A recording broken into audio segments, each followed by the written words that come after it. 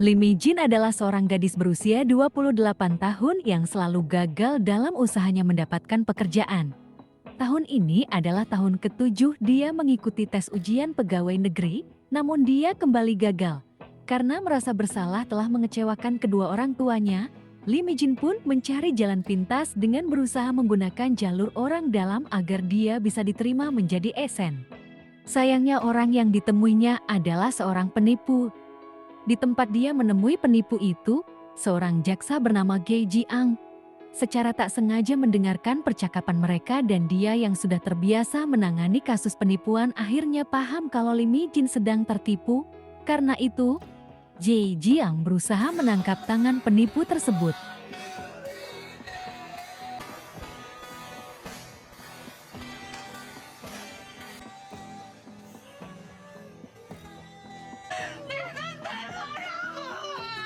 Lee Mi-jin diantar oleh Ge Jiang ke kantor polisi, sementara penipu itu dibawa oleh para polisi yang sudah dihubungi oleh Jiang sebelumnya. Begitu sampai ke kantor polisi, Lee Mi-jin histeris setelah menyadari kalau dia kehilangan uang sebesar 5 juta won. Parahnya lagi, uang itu ternyata adalah uang milik ibunya yang diambil dari toko. Tak hanya itu, dia juga menyerahkan buku tabungannya kepada penipu itu yang membuat data pribadinya bocor.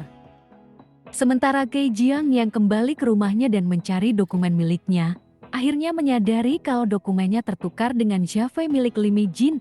Ketika dia mengantarkan Lee Mi-jin ke kantor polisi tadi, dia pun berusaha menghubungi Lee Mi-jin dari nomor telepon yang tertulis di CV tersebut. Tapi karena Mi-jin sedang kesal karena telepon dari seseorang sebelumnya, dia pun memaki Ge Jiang.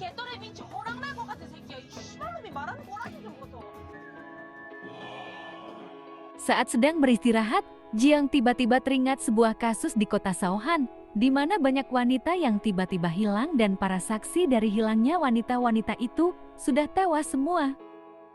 Sementara Mi-jin yang hendak pulang ke rumahnya, bertemu dengan seekor kucing liar di jalan yang dia beri minum susu. Begitu sampai di rumah, Mi-jin terkejut bukan main karena berita tentang dirinya yang tertipu telah menjadi berita nasional. Mi-jin pun berusaha menutupi berita itu, agar orang tuanya tidak melihat berita tersebut. Kedua orang tuanya mengira kalau Mi-jin sudah mendapatkan pekerjaan, sehingga ayahnya pun membelikan hadiah berupa sepatu yang justru membuat Mi-jin semakin bersedih dan merasa tertekan. Namun meski demikian, dia tidak bisa mengatakan kejadian yang dia alami kepada ayah dan ibunya, karena dia tidak ingin membuat orang tuanya kembali kecewa. Kekecewaan karena kegagalan demi kegagalan yang Mi-jin alami selama 7 tahun terakhir setelah kerja kerasnya, membuat Mi-jin membakar semua buku yang sudah dia beli untuk persiapan mengikuti ujian CPNS. Namun hujan tiba-tiba turun, dan dia kembali bertemu dengan kucing yang ditemui di jalan sebelumnya. Namun tiba-tiba kucing itu lari dan masuk ke dalam sumur. Mi-jin berusaha menolongnya dan tiba-tiba, saat dia terbangun di pagi hari, penampilannya tiba-tiba berubah menjadi wanita tua. Ayah dan ibunya yang tak mengenali Mi-jin menuduhnya sebagai penguntit dan melaporkannya kepada polisi. Mi-jin pun tak habis pikir kenapa dia bisa berubah menjadi tua secara tiba-tiba. Namun penampilan tuanya hanya terjadi di siang hari dan ketika malam tiba, Mi-jin akan kembali ke wujud aslinya sebagai seorang gadis berusia 28 tahun.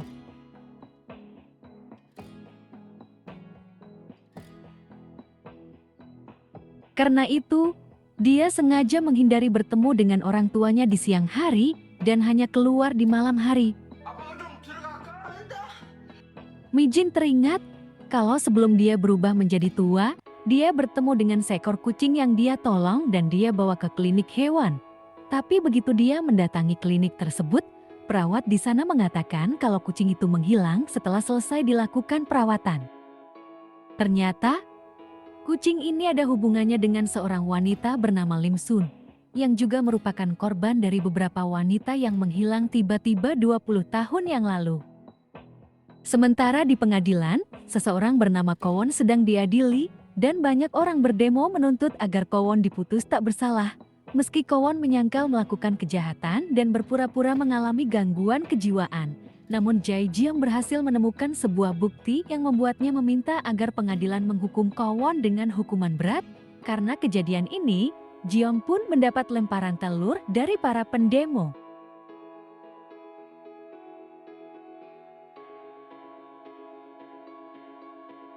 Sedangkan Mi Jin yang ingin kembali pada penampilan mudanya, mendatangi beberapa dokter dan klinik kecantikan bahkan seorang dukun, agar bisa mengembalikannya ke sosok Mi Jin yang berusia 20-an.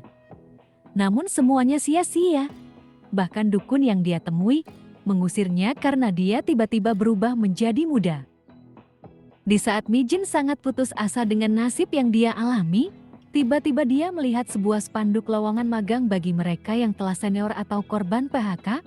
Dan untuk pertama kalinya, Mi Jin akhirnya mendapatkan pekerjaan yang selama ini dia idam-idamkan.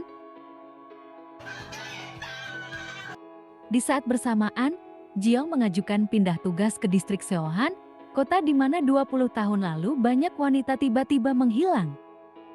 Di kota inilah, Mi Jin dan Jiung akan sering bertemu karena Mi Jin tua akan bekerja di kantor Jiung sebagai office girl, dan Jiung akan menyelidiki kembali kasus menghilangnya para wanita yang lenyap begitu saja 20 tahun yang lalu.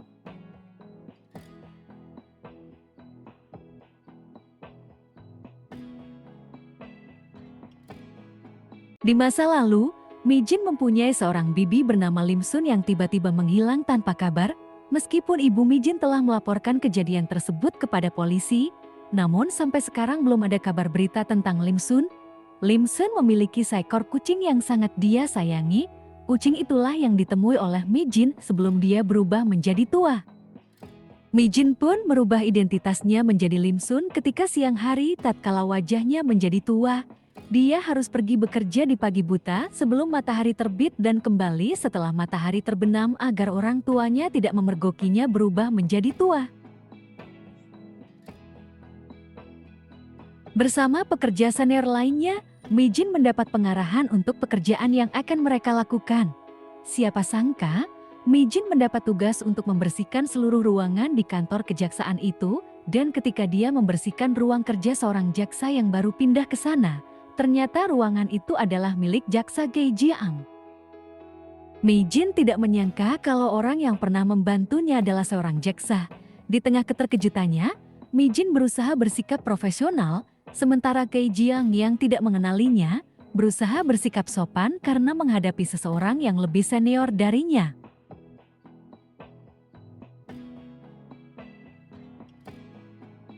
Karena Jiang belum memiliki tempat tinggal di kota Seohan, dia pun mencari sebuah hunian di pinggiran kota.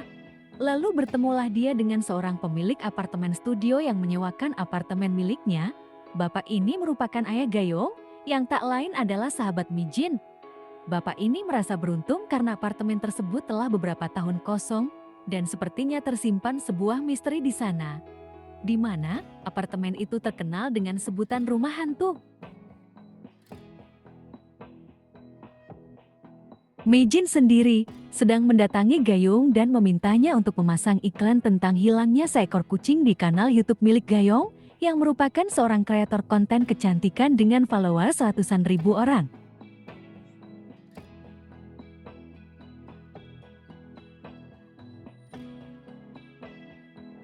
Sementara Jiang yang untuk pertama kalinya menempati apartemen itu, mengalami mimpi buruk dalam tidurnya. Karena tak bisa tidur kembali, dia pun membuka file-file tentang orang hilang di kota itu. Begitu pagi datang, Jiang langsung berolahraga menuju Waduk Daehu, tempat di mana beberapa orang ditemukan meninggal dunia.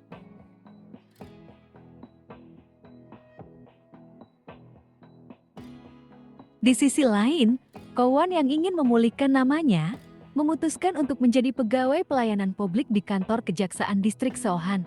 Di hari kedatangannya, banyak penggemar berkerumun di kantor tersebut bersamaan dengan wartawan yang ingin meliput kedatangan Kwon di sana. Tapi seorang pria bermasker terlihat mencurigakan dan mendekati Kwon yang sedang menerima wawancara dari para wartawan sambil memegang sebuah botol berisi cairan. Begitu dia dalam jarak yang cukup dekat, pria itu berusaha melemparkan botol tersebut ke arah Kwon. Namun Mi Jin berhasil menggagalkannya dengan menahannya menggunakan sapu. Nahas, cairan itu justru tumpah ke arah wajah Mi Jin. Beruntung, Jai Jiang yang berada di sana berhasil menyelamatkan Mi Jin dengan menggunakan payungnya. Sejak kejadian itu, penilaian Mi Jin yang awalnya menganggap Jiang sebagai pria yang dingin berubah seketika. Demikian juga para pekerja senior yang sedang menggosipkannya. Tapi tiba-tiba, seorang wanita muda datang dan terlihat tidak senang atas pujian yang mereka lontarkan kepada Jiang. Dia pun membongkar semua keburukan yang ada pada diri Jiang yang merupakan seseorang yang gila kerja dan penderita OCD yang siap meledak kapan saja. Sementara orang yang sedang mereka bicarakan sedang mendatangi kediaman Mi Jin. Bermodalkan CV Mi Jin yang tertukar dengan dokumen miliknya, Mi Jin yang ditelepon ibunya pun bergegas pulang ke rumahnya. Begitu mendengar suara Jiang di sana, Ibu Mi Jin langsung sumringah ketika dia tahu kalau Jiang adalah seorang ASN. Dia pun langsung membanggakan anaknya, yang sepengetahuannya adalah juga seorang ASN. Tapi Jiang yang mendengarnya, justru merasa terkejut dan bertanya-tanya apakah benar Mi Jin telah bekerja. Mi Jin sampai ke toko ibunya ketika masih dalam rupa Limsun, sehingga dia harus menunggu hingga matahari terbenam untuk menemui Jiang di sana. Mi Jin khawatir kalau Jiang menceritakan penipuan yang dia alami kepada ibunya. Untungnya, Jiang yang tidak peduli dengan urusan Mi Jin, tidak mempedulikan itu dan tetap menutup mulutnya. Setelah menyerahkan CV milik Mi Jin, Jiang meminta Mi Jin mengembalikan dokumen miliknya. Jiang mengeluhkan kalau Mi Jin telah memblokir nomornya dan memakinya ketika dia berusaha menghubungi Mi Jin untuk meminta kembali dokumen tersebut. Awalnya Mi Jin tak percaya kalau dia telah melakukan itu, tapi begitu Jiang menunjukkan ponselnya, Mi Jin akhirnya ingat kejadian waktu itu ketika dia memaki seseorang yang menelponnya. Mi Jin kemudian mencari dokumen itu di rumahnya, namun dia tidak menemukannya. Dia teringat kalau dia telah menjual semua bukunya di sebuah toko buku bekas. Dia pun mengajak Jiang ke sana untuk mencari dokumen tersebut. Beberapa waktu telah berlalu, tapi Mi Jin belum juga menemukan dokumen tersebut. Mi Jin bahkan telah mencari berulang kali di tempat yang sama, namun dokumen tersebut belum juga ditemukan. Meski terkenal dengan sikapnya yang dingin, rupanya Jiang memiliki sisi hangat sebagai seorang pria yang melindungi dan membantu Mi Jin ketika dia mengalami kesulitan.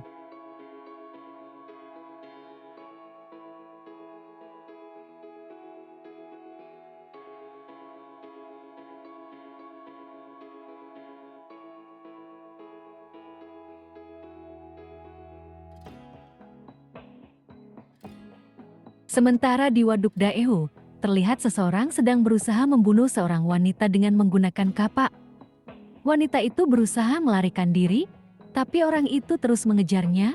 Tiba-tiba, Jiang mendapatkan telepon dari detektif Kwon yang memintanya segera datang ke Waduk Daeho.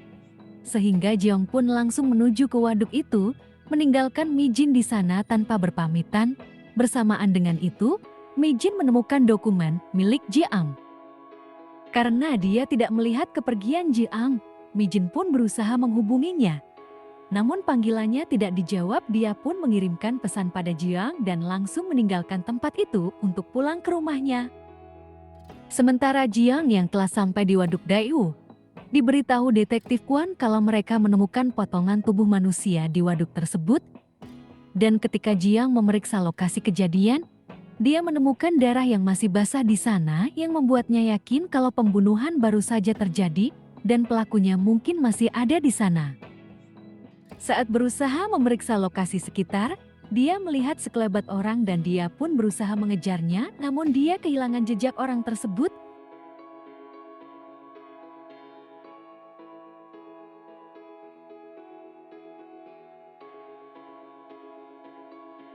Dia hampir saja membiarkan orang itu pergi. Namun saat dia membuka ponselnya, dia membaca pesan yang gak ditinggalkan oleh Mi Jin dan dia sadar kalau jalan yang ditempuh oleh Mi Jin adalah satu-satunya jalur yang akan dilewati oleh pembunuh itu untuk keluar dari waduk. Maka dengan sekuat tenaga, Jiang pun bergegas menuju ke tempat itu. Sementara Mi Jin sendiri yang telah sampai di perempatan Daeho, berusaha membuka dokumen milik Jiang. Di saat bersamaan, Mobil pelaku pembunuhan itu sedang menuju ke arahnya dan Jiang yang melihat Mi Jin langsung berteriak memanggilnya.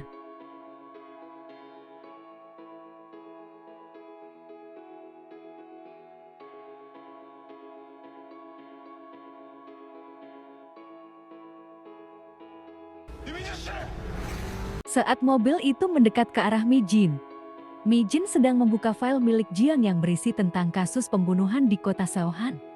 Karena Mi Jin terkejut melihat mobil itu berjalan ke arahnya, Mi Jin pun tak sengaja menghamburkan semua file-file itu, dan begitu Jiang datang ke sana, mobil itu pun melaju meninggalkan mereka. Meskipun sempat mendekati mobil itu untuk mengambil file yang jatuh di atas mobil, Mi Jin tidak melihat wajah orang yang berada di dalam mobil tersebut. Melihat dari jejak ban mobil yang tertinggal di sana, Jiang yakin kalau pengendara mobil tersebut adalah pelakunya. Hanya saja, dia kekurangan barang bukti untuk mengungkap siapa sebenarnya orang itu. Lagi pula hampir semua keluarga di kota Shaohan memiliki mobil SUV berwarna silver, dan Mi Jin hanya mencium sebuah bau yang sulit untuk dia jelaskan dari mobil tersebut. Setelah memberikan dokumen itu kepada Jiang pun mengantarkan Mi Jin pulang ke rumahnya karena dia khawatir akan keselamatan Mi Jin. Di tempat lain, sang pelaku pembunuhan sedang menurunkan sesosok tubuh manusia dari dalam mobilnya. Kemudian dia menulis nama Mi Jin di dinding tempat tinggalnya dengan menggunakan darah. Nampaknya, Mi Jin akan menjadi target berikutnya dari sang psikopat. Sementara Jiang yang telah sampai di rumahnya, memeriksa dokumen pemberian Mi Jin, dan dia menemukan selembar dari dokumen tersebut telah menghilang. Pagi harinya, dia pun menghubungi detektif Kwon untuk menanyakan perihal dokumen tersebut yang memang dari awal diserahkan kepada detektif Kwon telah dalam keadaan hilang. Di sisi lain, berkat aksi heroiknya dalam menyelamatkan Kwon, Lim Sun mendapatkan penghargaan sebagai pegawai magang pemberani. Bersamaan dengan itu, seorang pegawai magang baru datang di tengah-tengah mereka, menggantikan pegawai magang lain yang sudah tidak masuk selama 1 minggu. Pegawai baru itu bernama Baek Cheol Gyu yang merupakan seorang direktur dari Pusat Kesehatan Wadong. Kedatangan Tuan Baek membuat para rekan sejawatnya bertanya-tanya, kenapa seorang direktur rumah sakit harus menjadi pegawai seperti mereka? Pegawai lain menanggapi kalau hal itu justru akan menaikkan gengsi mereka sebagai pegawai magang di sana. Apalagi setelah Lim Sun berhasil menyelamatkan nyawa Kwon dari serangan air keras pria bermasker kemarin. Dan karena aksinya ini juga, Lim Sun mendapatkan banyak hadiah dari Kwon yang dikirim ke alamat Gayong. Rupanya Mi Jin sengaja menggunakan alamat Gayong sebagai alamat Lim Sun ketika dia bekerja di kantor kejaksaan kota Shaohan, karena dia tidak ingin orang tuanya tahu identitasnya yang sebenarnya yang selalu berubah menjadi tua di siang hari.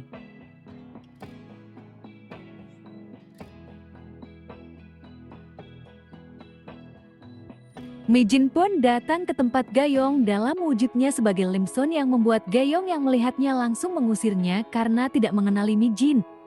Gayong bahkan sempat hampir melaporkan Lim Sun ke kantor polisi dan menamparnya karena menuduh Lim Sun telah menyakiti Mi Jin dan mencuri ponselnya. Tapi Lim Sun menyebutkan semua rahasia yang hanya diketahui oleh Mi Jin dan Gayong.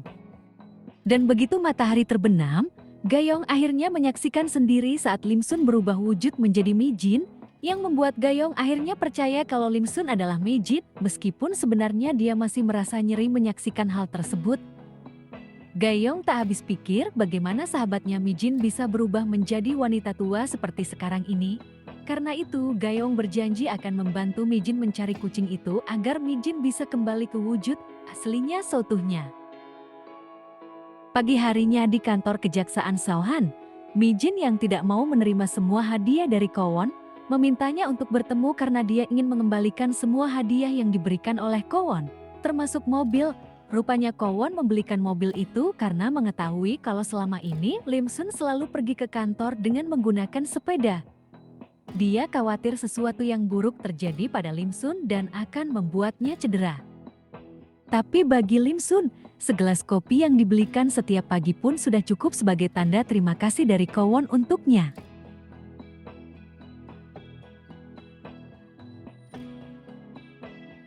Pelaku penyiraman itu sendiri sedang disidik oleh Jiang di kantor polisi. Pelaku yang bernama Ji Dong Kwon ini menuduh kalau Kwon telah memakinya pada acara penandatanganan dan jumpa penggemar tahun lalu. Padahal berdasarkan rekaman video, jarak mereka saat itu lebih dari 20 meter. Selain itu, dia juga merasa jijik melihat Kwon yang selalu tersenyum di hadapan banyak orang padahal sebenarnya dia merasa ketakutan.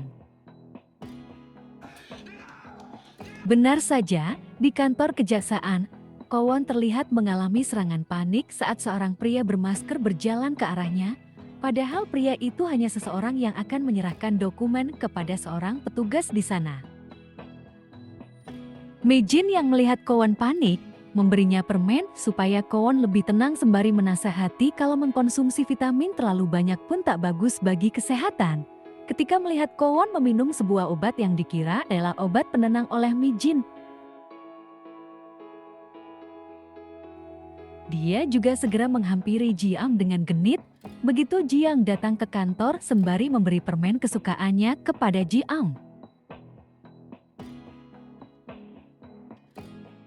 Begitu sampai di ruangannya, Jiang langsung memberikan sebuah file yang harus segera dibuat oleh sekretarisnya sore itu juga.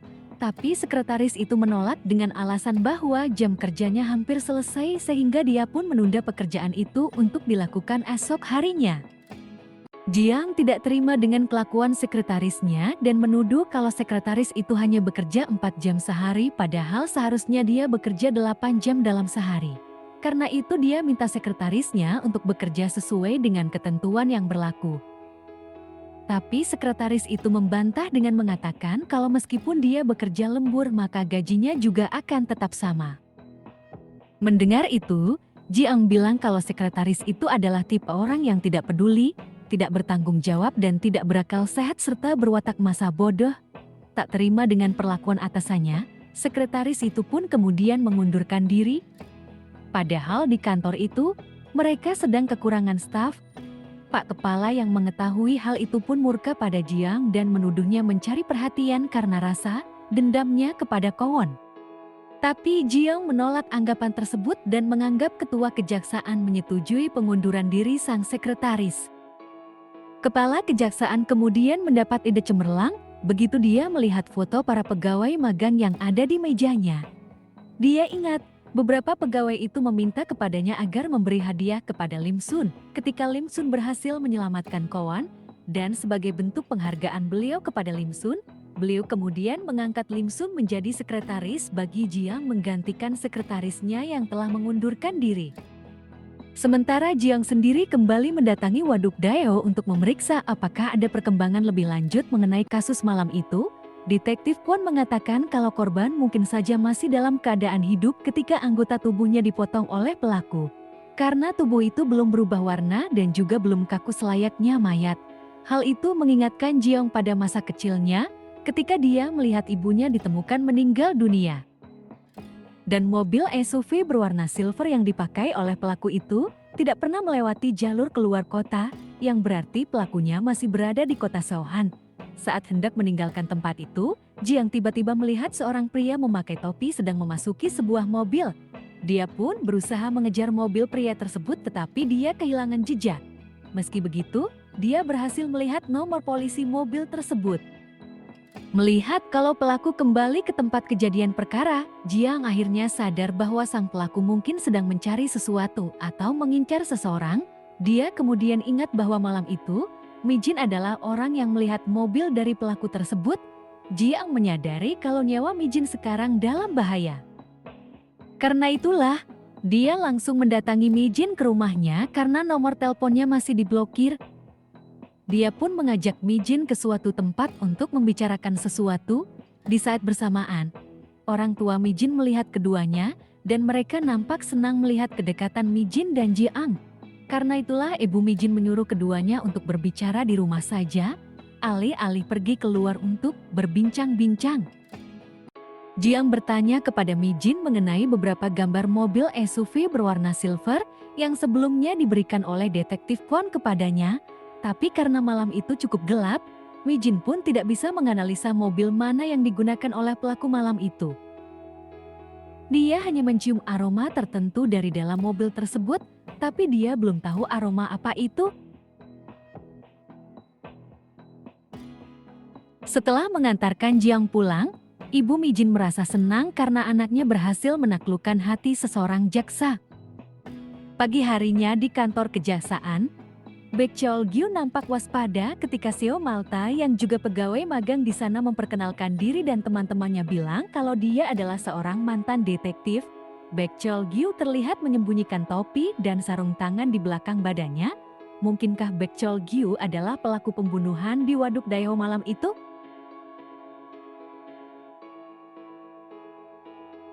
Sementara Mijin yang dipanggil oleh ketua kejaksaan, kemudian menemui Jiang dan memberinya banyak permen karena dia merasa kalau Jiang sangat baik kepadanya. Jiang yang tidak tahu apa yang sebenarnya terjadi, merasa bingung tapi dia hanya menerima permen-permen itu dan memberikannya kepada asistennya karena dia sama sekali tidak menyukai permen.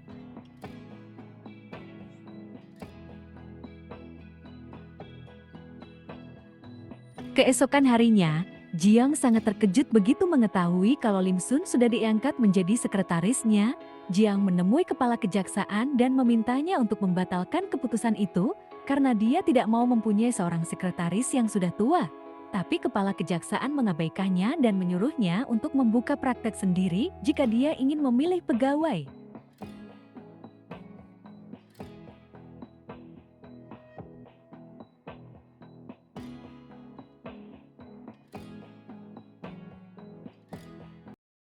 Di hari pertamanya bekerja sebagai sekretaris Ge Jiang, Mijin sudah menyadari kalau Jiang pasti tidak akan nyaman bekerja dengannya karena sosoknya yang berubah menjadi tua di siang hari. Karena itulah dia mendatangi Gayong dan memintanya untuk mendandaninya supaya terlihat lebih muda di siang hari.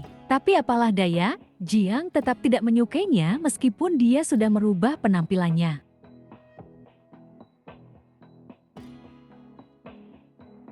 Bersama dengan asistennya, Jiang mempunyai rencana untuk membuat Lim Sun tidak betah dengan pekerjaannya, sehingga dia akan mengundurkan diri secara sukarela. Trik pertama yang dilakukan adalah dengan menyuruh Lim Sun mengetik setumpuk berkas yang harus diselesaikan sebelum pukul 12 siang.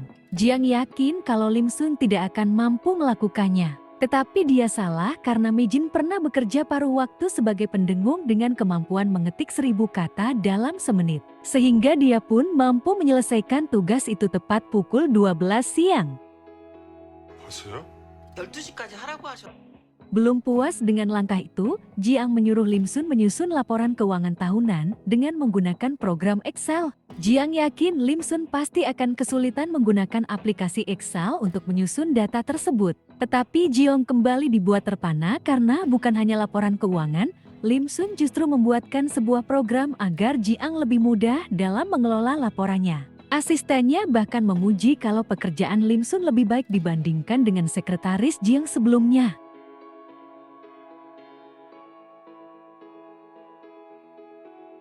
Tidak puas hanya dengan hal itu, Jiang dan asistennya bahkan menyuruh Lim Sun membelikan makanan dari beberapa toko dengan menu yang sulit untuk didapatkan. Tapi dengan kelincahannya, Lim Sun kembali membuat mereka takjub karena berhasil mendapatkan semua menu yang mereka inginkan. Setelah menyelesaikan semua tugas yang diberikan kepadanya, Lim Sun bergegas pulang dengan mengendarai sepedanya. Di jalan itu, Kowon yang sedang mengendarai mobilnya tak sengaja melihat dan memanggilnya. Namun Lim Sun tak mendengar panggilan itu. Dan begitu Kowon mengejarnya, Kowon menjadi heran karena yang dilihat bukanlah Lim Sun melainkan Mijin. Meskipun pekerjaannya melelahkan, tapi Mijin merasa senang karena kini dia telah bekerja. Tapi dia menyesalkan karena dia tidak bisa bekerja dengan penampilan normalnya.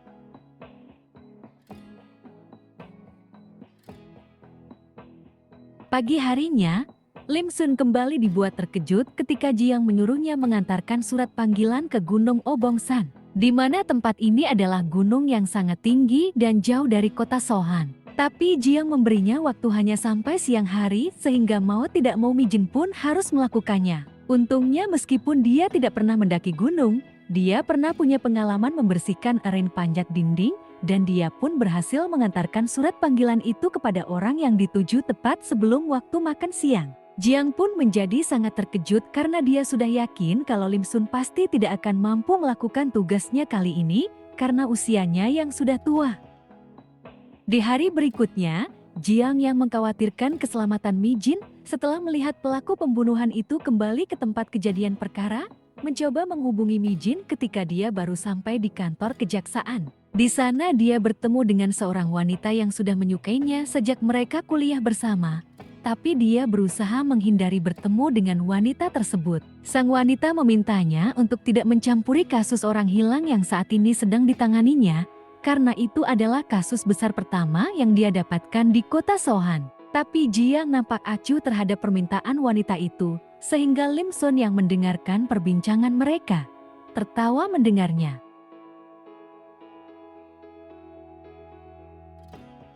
Jiang kembali menghubungi Mi Jin dan memintanya untuk bertemu. Tetapi karena Mi Jin bekerja di siang hari, dia pun meminta untuk bertemu di malam hari saja. Sebenarnya Jiang sudah sedikit curiga ketika Mi Jin mengecilkan suaranya. Tetapi Mi Jin meyakinkan kalau sinyal di tempatnya bekerja sedang tidak bagus.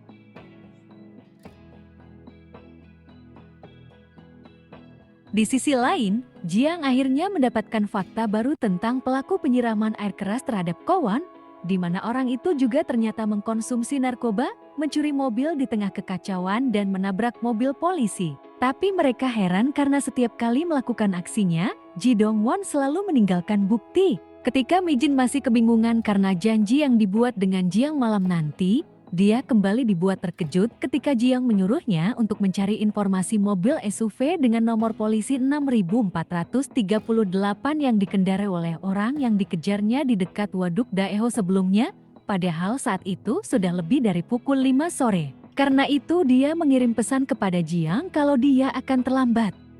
Begitu Mi Jin datang ke restoran yang sudah disebutkan oleh Jiang, Jiang sebenarnya agak curiga melihat tas yang dipakai oleh Mi Jin yang sama persis dengan tas yang dipakai oleh Lim Sun.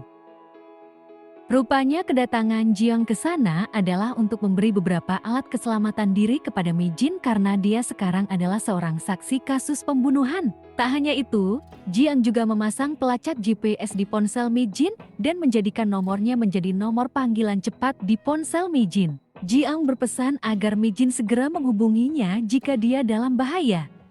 Kapanpun dan dimanapun dia berada. Jiang sengaja menyembunyikan identitas Mi Jin dan tidak menjadikannya saksi di kantor polisi karena dia mengkhawatirkan keselamatan Mi Jin. Jadi informasi apapun yang diberikan oleh Mi Jin kepadanya sudah disampaikan kepada polisi, namun dia tidak menyebutkan kalau sumber dari informasi tersebut berasal dari Mi Jin. Dia meminta Mi Jin agar percaya kepadanya. Jiang minta kepada Mi Jin agar mengangkat panggilannya saat dia menelponnya, demikian juga sebaliknya. Dia juga minta agar Mi Jin selalu berhati-hati. Perhatian Jiang membuat Mi Jin sangat bahagia sehingga dia pun tidak sengaja memencet nomor Jiang dan menelponnya. Sebagai basa-basi, Mi Jin bertanya apakah Jiang sudah sampai di rumahnya. Jiang minta agar Mi Jin menghubunginya jika ada sesuatu yang penting saja. Mi Jin bilang kalau dia akan mempercaya Jiang dan memintanya untuk menepati janjinya. Di tempat lain, asisten Si Jiang sedang mencari informasi dari seseorang, di mana mereka bisa memperoleh narkoba yang ternyata dipasok oleh seorang profesional yang berada di klub Hoven. Mereka pun kemudian menyusun rencana untuk mencari bukti langsung tentang beredarnya obat setan itu. Lim Sun yang mendengar rencana mereka, menawarkan diri untuk ikut dalam rencana yang mereka buat. Meskipun pada awalnya Jiang dan asistennya keberatan mengingat usia Lim Sun yang sudah tua yang pasti tidak akan diizinkan untuk masuk ke dalam klub. Tapi melihat bagaimana pintarnya Lim Sun dalam memberikan informasi tentang klub tersebut, Jiang akhirnya mengizinkan Lim Sun untuk terlibat dalam penyamaran yang akan mereka lakukan untuk membongkar beredarnya narkoba di klub tersebut. Sebelum Lim Sun dan asistennya masuk ke dalam klub tersebut, Jiang sudah berpesan kepada mereka untuk selalu memberi informasi kepadanya tentang kejadian apapun yang terjadi di dalam klub tersebut setiap 10 menit. Dan jika dalam 10 menit mereka tidak mengirimkan laporan, maka Jiang akan masuk sendiri ke dalam klub itu. Singkat cerita, asisten Si Jiang diusir dari klub tersebut karena dianggap terlalu tua. sementara Lim Sun yang telah berubah menjadi Mi Jin diizinkan masuk ke dalam klub. Mi Jin sengaja menari dengan heboh agar dia didatangi oleh seseorang di sana dan bisa masuk ke ruang VIP untuk menemukan keberadaan fentanyl yang merupakan narkoba jenis baru yang beredar di kota itu. Tapi begitu dia berhasil masuk ke dalam ruang VIP, masalah terjadi karena dia ketahuan sedang merekam secara sembunyi-sembunyi. Sehingga seorang lelaki hidung belang yang memergokinya berusaha melecehkan Mi Jin.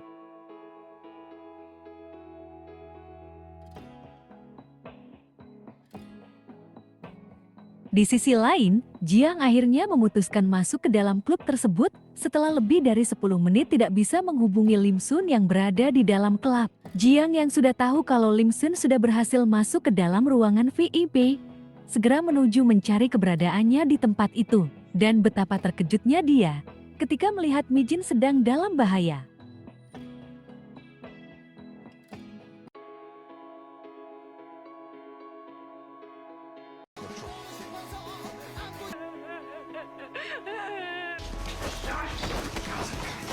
신경이 어디서 수 Mi Jin berhasil melarikan diri dari ruangan itu dan memotret transaksi yang mereka lakukan sebelum obat-obat itu diamankan oleh pengawal di sana. Tapi akhirnya dia ketahuan oleh salah seorang pengawal sehingga pengawal tersebut pun berusaha untuk menangkapnya. Di saat Mi Jin berusaha melarikan diri dan dikejar oleh pengawal itu, Jiang akhirnya mendengarkan suara teriakan Mi Jin dan dia pun berusaha mencari keberadaan Mi Jin.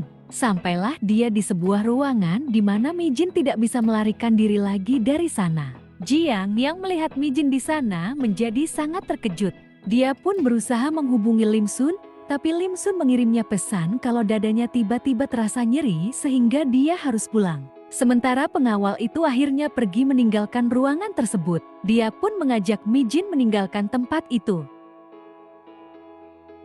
Seorang laki-laki hidung belang melihat Mi Jin dengan penuh nafsu saat mereka sama-sama masuk ke dalam lift. Jiong kemudian memakaikan jaketnya untuk menutupi tubuh Mi Jin. Sementara, para pengawal yang sudah melaporkan kedatangan Jiang di tempat itu, akhirnya bersifat kooperatif dan membiarkan Jiang pergi dari sana. Jiang menyuruh asistennya untuk kembali pulang sementara dia sendiri akan mengantar Mi Jin pulang ke rumahnya.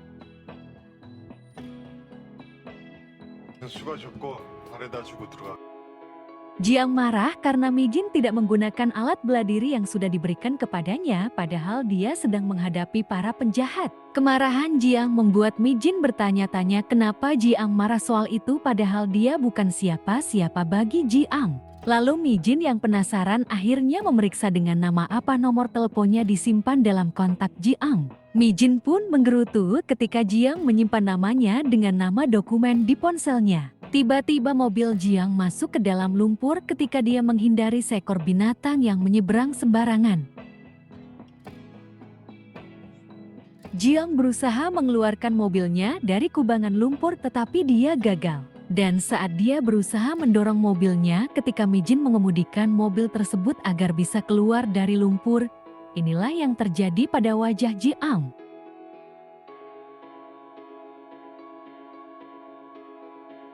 세게 밟아요.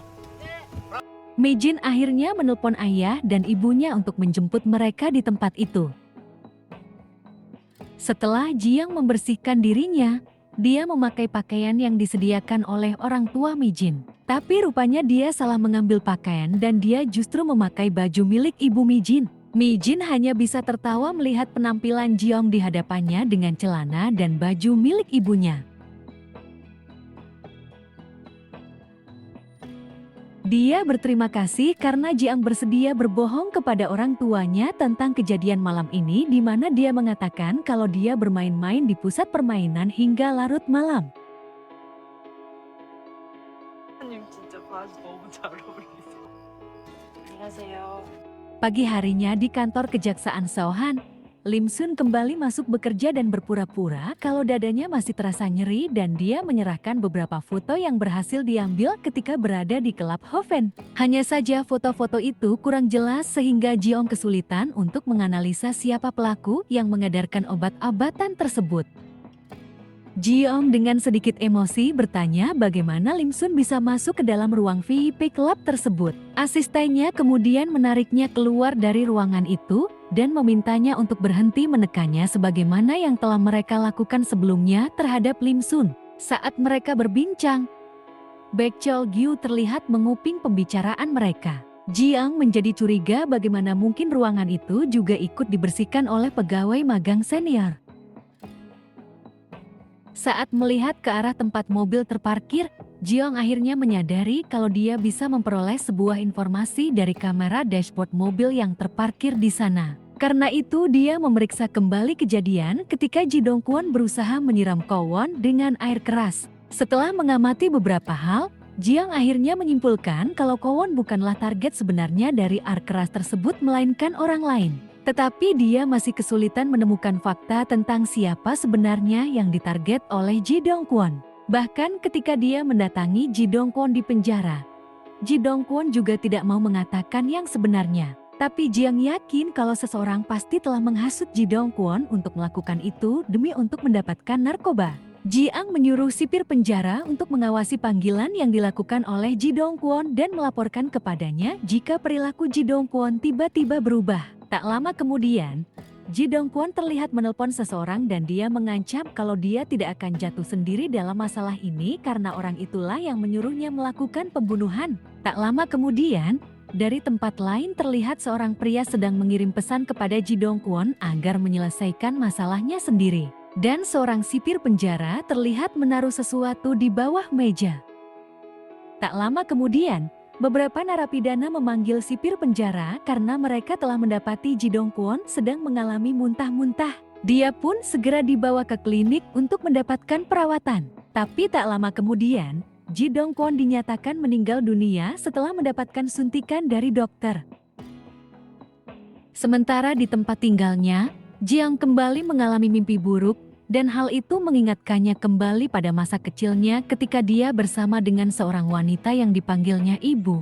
Tetapi wanita itu bukanlah ibu kandungnya. Meski dia sempat memberikan cincin berlian kepada wanita itu, tapi sang wanita tetap meninggalkannya sendirian di rumah. Tapi tiba-tiba wanita itu ditemukan dalam keadaan meninggal dunia.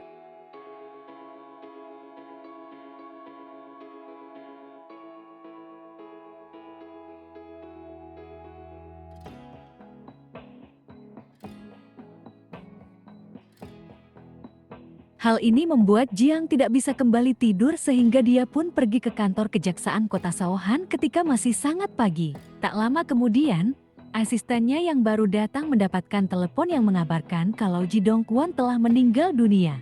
Jiang dan asistennya segera menuju ke penjara untuk melihat secara langsung tempat kejadian perkara. Seorang sipir nampak mencurigakan ketika Jiang memeriksa kamar Ji Dong Kwon dan riwayat panggilan yang pernah dilakukan oleh Ji Dong Kwon. Untuk tahu apa yang sebenarnya dialami oleh Ji Dong Kwon, Jiang kemudian mendatangi dokter yang memeriksa Ji Dong Kwon. Tapi dokter itu nampak acuh atas kematian napi tersebut. Rupanya sipir yang mengawasi mereka tadi telah mengganti obat yang disuntikan kepada Ji Dong Kwon sehingga Ji Dong Kwon akhirnya meninggal dunia. Dia juga melaporkan kedatangan Jiang ke sana kepada seseorang melalui sambungan telepon. 왔다 갔어요. Begitu sampai kembali di kantor kejaksaan Seohan, Jiang berpesan kepada asistennya agar tidak memberitahu Kwon tentang kematian Ji Dong Kwon karena dia mengkhawatirkan mental Kwon akan drop jika mengetahui hal tersebut. Tapi di lantai atas, Kwon justru mendapatkan informasi tersebut dari Lim Sun ketika dia mendatangi Lim Sun untuk mengantarkan kopi. Kwon pun bertanya kepada Jiang, apakah kematian Ji Dong Kwon adalah karena dirinya? Melihat Kwon yang sangat tertekan atas kejadian itu, Jiang pun memarahi Lim Sun dan menuduhnya bertindak semaunya. Lim Sun akhirnya tahu kalau selama ini Jiang sengaja membuatnya tak betah bekerja dengannya dan ingin membuatnya mengundurkan diri secara sukarela. Mei Jin yang kecewa atas sikap Jiang terhadapnya akhirnya melampiaskan kekesalannya dengan minum hingga mabuk berat. Saat mabuk inilah, Mei Jin yang sebenarnya menuju ke rumah Gayang, ternyata salah alamat hingga dia mengetuk pintu apartemen Jiang hingga merusak pintu tersebut. Saat Jiang membuka pintu, Mi-jin tiba-tiba nyelonong masuk ke dalam rumah dan tidur di sofa. Mi-jin yang kesal kepada Jiang sempat mengadu kepala mereka dan menuduh Jiang egois, tapi tentu saja Jiang tidak tahu telah berbuat salah apa terhadap Mi-jin. Wanita memang membingungkan.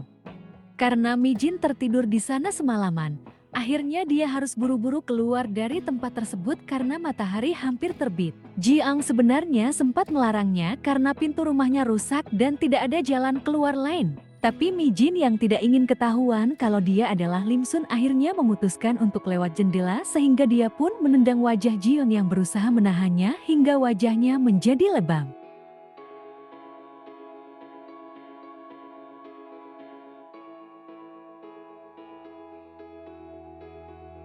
Sebenarnya Jiang sudah melarang Mi-jin keluar lewat jendela karena itu sangat berbahaya.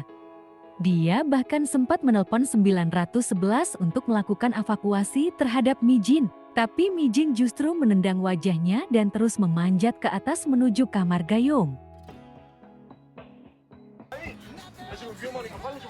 Mi-jin berhasil membangunkan Gayung yang masih tertidur sesaat sebelum wajahnya berubah menjadi Lim Sun. Gayung tidak habis pikir dengan apa yang telah dilakukan oleh sahabatnya ketika dia mabuk semalam. Dan hal itu tentu saja membuat Mi-jin sangat malu hingga dia ingin melupakan semua kejadian yang telah terjadi semalam ketika dia mabuk dan mendatangi rumah Jiang. Tak lama kemudian, Jiang yang menemukan sepatu Mi-jin masih tertinggal di apartemennya, mendatangi apartemen Gayung untuk mengembalikan barang-barang Mi-jin. Mi-jin pun kebingungan karena Gayung sedang berada di kamar mandi sehingga dia pun menyuruh Jiang untuk meninggalkan barang-barang tersebut di depan pintu. Tapi begitu dia keluar untuk mengambil barang itu, ternyata Jiang masih berada di sana. Lim Sun kebingungan ketika Jiang menanyakan keberadaan Mi-jin. Untungnya Gayung segera selesai dengan urusannya dan keluar serta memperkenalkan Lim Sun sebagai bibinya.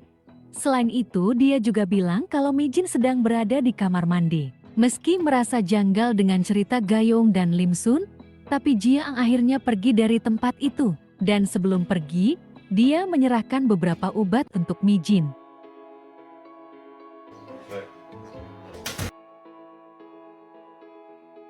Begitu Mi-jin memeriksa riwayat panggilannya, dia menjadi sangat terkejut karena semalam ternyata dia sempat menelpon Jiang ketika dalam kondisi mabuk berat. Tak tanggung-tanggung, dia bahkan menelpon hingga setengah jam.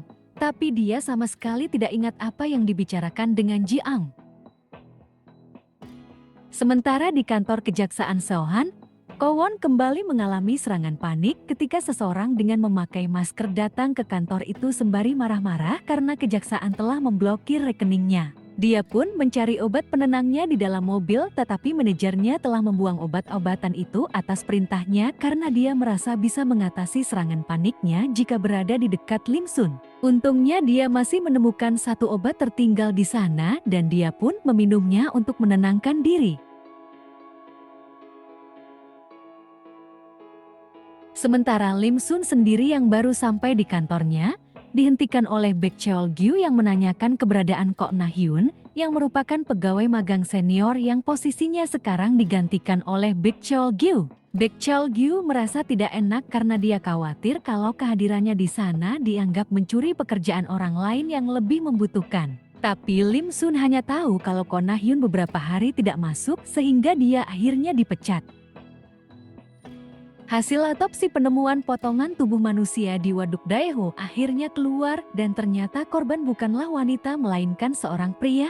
Nona Tak yang menangani kasus ini menghubungi detektif Kwon untuk menanyakan penemuan bukti baru yang berkaitan dengan kasus tersebut. Tapi sampai saat ini, detektif Kwon belum menemukan apa-apa terkait dengan kasus itu dan saat ini dia sedang menyelidiki bekas ban dari mobil yang dipakai oleh pelaku. Selain itu, fentanil yang terkandung dalam darah korban bukanlah penyebab utama kematian korban. Nona Tak akhirnya murka ketika detektif Kwon memberitahunya bahwa Jiang juga meminta hasil otopsi dari korban tersebut. Dengan bersungut-sungut Nona Tak akhirnya mendatangi ruangan Jiang dan dia menanyakan keberadaan Jiang dengan memanggilnya si brengsek. Asisten Jiang meminta Nona Tak untuk bersikap lebih sopan karena meskipun mereka seusia tetapi jabatan Jiang lebih tinggi dibandingkan Nona Tak. Pandangan Nona Tak kemudian tertuju pada sebuah tanaman yang berada di atas meja Lim Sun.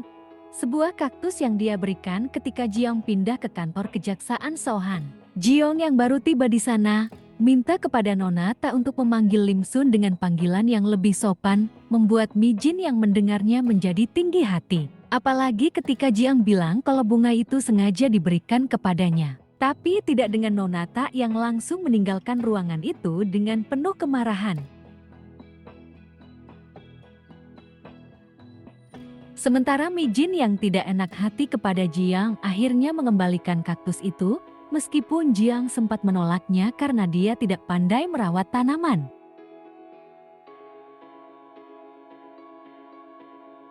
Mi Jin akhirnya bisa tertawa ketika asisten Jiang melihat wajah Jiang yang lebam akibat ditendang olehnya semalam. Jiang juga mengeluhkan kalau dia sempat sakit hati karena dimaki oleh seseorang bahwa dengan memakai kacamata membuatnya terlihat brengsek. Padahal dimaki adalah sesuatu yang biasa baginya selama ini.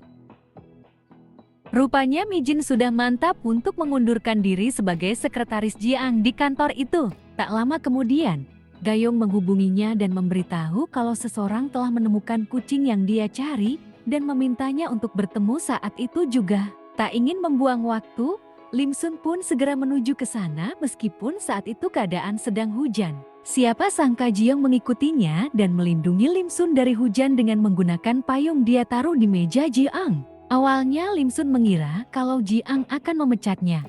Tetapi dia salah. Jiang justru berharap mereka bisa bekerja untuk waktu yang lama. Karena hujan, Jiang pun mengantarkan Lim Sun pulang ke rumahnya. Tapi saat itu, matahari hampir tenggelam.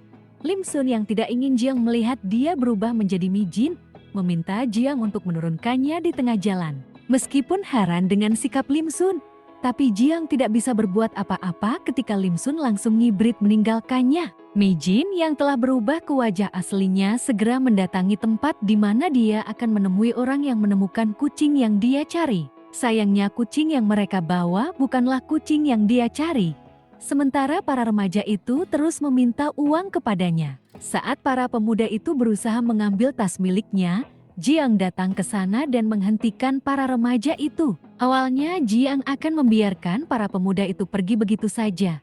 Tetapi ketika dia melihat sesuatu yang tertampal di pergelangan tangan salah satu remaja itu, Jiang berubah pikiran dan membawa mereka ke kantor kejaksaan. Jiang heran, kenapa dia selalu bertemu dengan Mi Jin dengan cara yang aneh. Setelah mengirim kucing itu ke penangkaran hewan, Jiang mengantarkan Mi Jin pulang ke rumahnya. Dia ikut prihatin karena Mi Jin belum bisa menemukan kucingnya. Mi Jin bercerita kalau dia mulai menyukai kucing karena bibinya yang bernama Sun sangat menyukai kucing sehingga dia pun ikut menyukainya. Baginya, kucing akan memberi sebanyak yang kita berikan kepadanya.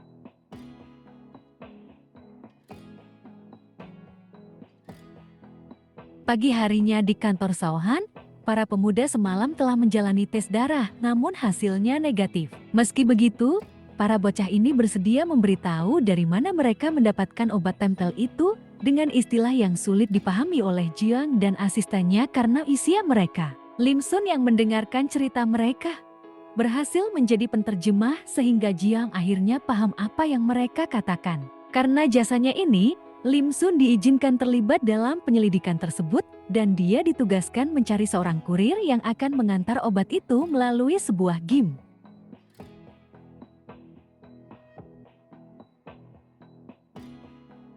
Setelah bekerja keras, Lim Sun akhirnya berhasil menemukan kurir tersebut dan mengajaknya untuk bertransaksi. Tapi masalah muncul ketika kurir itu mau menemuinya di jam 6 sore. Dia khawatir waktu itu akan terlalu singkat sehingga dia akhirnya akan berubah wujud. Karena itu dia pun tidak memaksa ketika Jiang memutuskan untuk menemui kurir tersebut.